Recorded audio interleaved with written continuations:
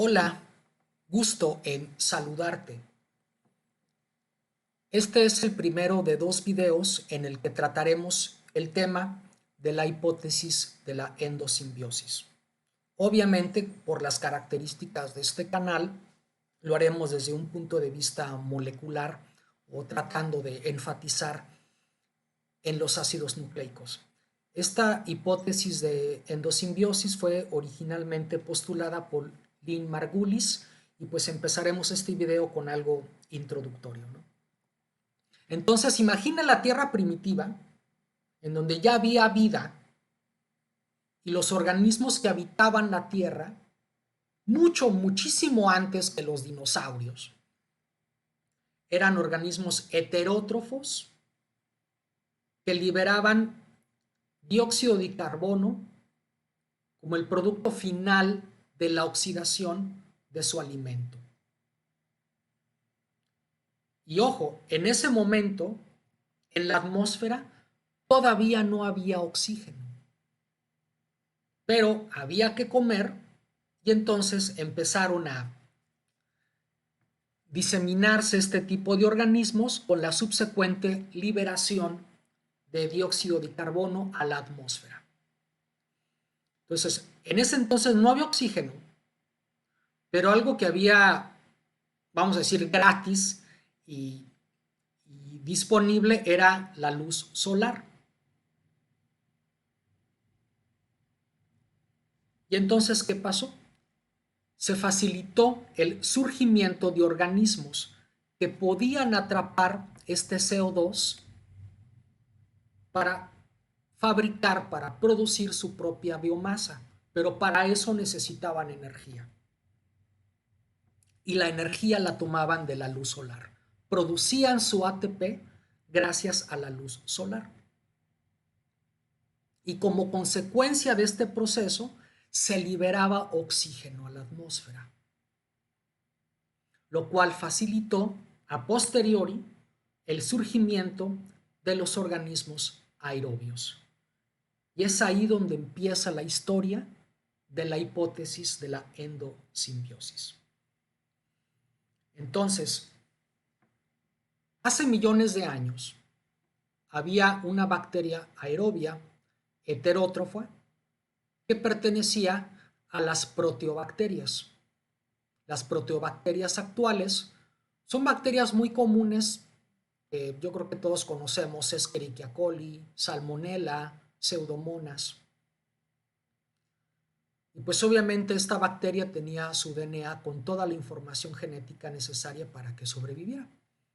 Pero bueno, un buen día, esta bacteria se atrapó por una célula más grande, se internalizó y empezó a habitar el citoplasma de esta célula más grande, pero esta célula más grande no quiso deshacerse de ella. ¿Por qué? Porque como buen organismo aerobio, este estaba produciendo ATP utilizando oxígeno como último sector de una cadena transportadora. Por eso le llamamos endosimbiosis. Esta célula más grande no se deshizo de esta y esta se pudo perpetuar en el interior de esta célula más grande. Este evento se presume que ocurrió hace 1100 millones de años o incluso hace 2300 millones de años. Entonces, hace muchísimos millones de años y a la postre esto se fue modificando, esta celulita se fue modificando hasta, vamos, convertirse en lo que conocemos actualmente como mitocondrias, manteniendo DNA. O sea, parte del DNA que originalmente portaba esta proteobacteria, lo mantienen las mitocondrias. Posterior a esto, que surge este eucarionte heterótrofo aerobio, hubo más eventos de endosimbiosis que derivaron en el surgimiento de los organismos fotosintéticos. Ahí el organismo que se captó fue una cianobacteria que tenía esa capacidad fotosintética y que le permitía a los organismos pues fijar el CO2 o utilizar dióxido de carbono como una fuente de carbono. Fue un evento posterior que pudo haber ocurrido hace 600 millones de años o tal vez hace 2000 millones de años. Los rangos de tiempo para estos eventos de endosimbiosis son muy amplios, pero lo que sí es consenso es que primero fue el evento que dio origen a las mitocondrias y posteriormente los eventos, porque fue más de uno, que originaron los cloroplastos. Bueno, entonces, hay DNA en mitocondria y cloroplastos, pero ¿cómo es ese DNA? Y yo quiero resaltar que el DNA en los cloroplastos y en las mitocondrias es mucho menos que el que tenemos en el núcleo de cualquier organismo. Y hay dos razones para explicar ello. La primera razón es que una vez que la bacteria se atrapó, por ejemplo, la proteobacteria que dio origen a las mitocondrias, pues esa proteobacteria viviendo dentro de una célula más grande no tenía necesidad de producir sus propios aminoácidos o los lípidos de su membrana o los nucleótidos para sus ácidos nucleicos. El proveedor de esas moléculas pequeñas era la célula más grande. Entonces, ¿para qué mantener ese DNA que no necesitaba? Y la otra cosa, o el otro evento que ocurrió a través del tiempo, fue la migración del DNA de la bacteria al genoma nuclear del organismo que albergaba a esta pequeña bacteria. Esto lo explicamos en este diagrama, cómo estos pedazos de DNA se fueron hasta acá. Y entonces hoy día tenemos genomas mitocondriales y de cloroplasto notablemente más pequeños que el genoma de la bacteria originalmente atrapada, y genes que originalmente estaban en la bacteria ahora los encontramos en el genoma nuclear. Y no obstante el origen procarionte de estos organelos, la forma, aquí digo la arquitectura que tienen estos genomas no necesariamente es circular, si bien la forma circularizada, doble cadena, es lo más común en los genomas de mitocondria y cloroplasto, no es lo único. Podemos tener mitocondrias o cloroplastos con más de o sea que el genoma no está confinado solamente en una estructura circular, sino en varias. Podemos tener genomas mitocondriales o de cloroplasto lineales, incluso con telómeros, o ramificados, no que estén ramificados así como si fuera un telómero, sino que tienen la apariencia de estar ramificados, esto por el proceso de replicación. Porque la replicación de los genomas de estos organelos no es reminiscente o no tiene muchos muchos puntos en común respecto a la replicación de los cromosomas bacterianos actuales. Y hay diferencias en el código genético, esto es algo necesario de mencionar. Ese código genético universal que luego platicamos y que de hecho aquí en el canal hay videos de eso, pues tiene sus excepciones y esas excepciones los encontramos en los genomas de estos organelos.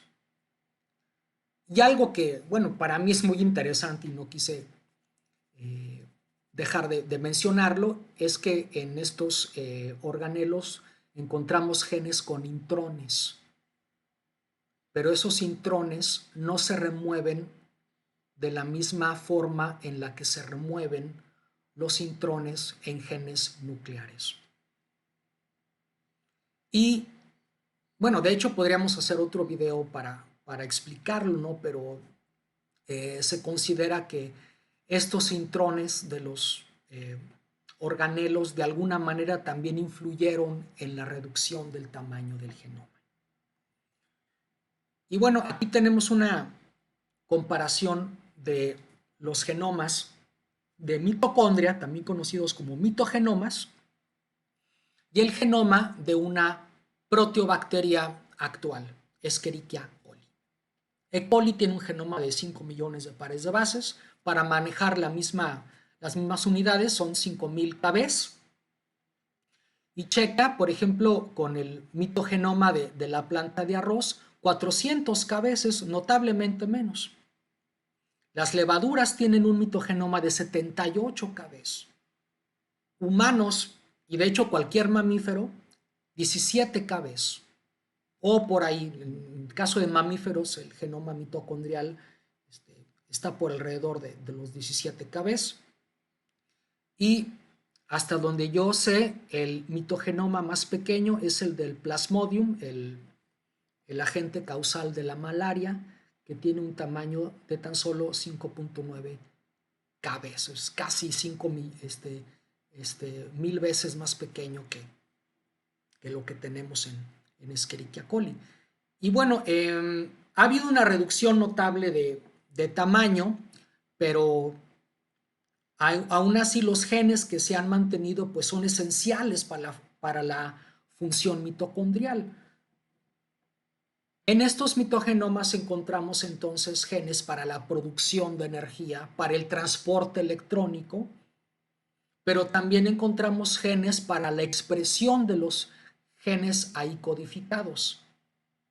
En estos mitogenomas podemos encontrar genes para RNAs polimerasas, genes para RNAs ribosomales y para RNAs de transferencia, sobre todo considerando que hay excepciones al código genético y pues se necesitan tRNAs únicos para la síntesis de proteínas en estos organelos.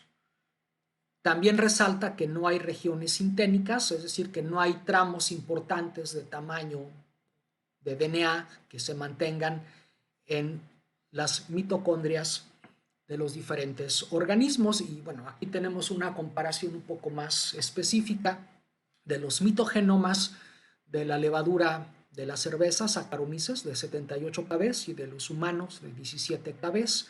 Y bueno, con estos diferentes colores pues estamos indicando o representando diferente información genética ahí codificada. Sobresale que en las mitocondrias hay síntesis de proteínas, de las proteínas que ahí realizan su función y por lo tanto necesitan RNAs ribosomales. Entonces checa cómo aquí en el caso del DNA mitocondrial humano, los RNAs, los genes para RNAs ribosomales están pegaditos.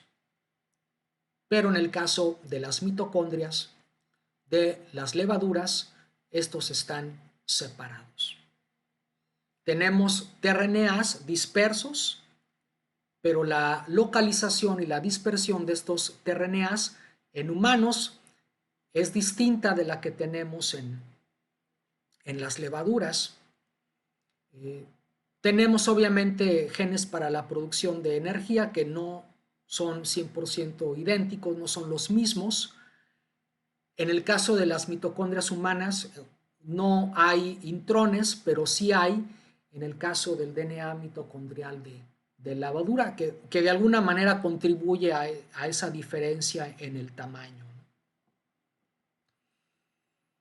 Aún así tenemos pedazos de DNA que en apariencia no codifican para nada, pero son mucho más en el caso de las mitocondrias de levadura comparado con las mitocondrias humanas. Y bueno, ya para finalizar, en este diagrama, pues quiero representar el tipo de información genética que encontramos en los mitogenomas. Obviamente son genes para las reacciones representativas peculiares de la mitocondria, ¿no? El transporte electrónico a partir del poder reductor y la síntesis de ATP.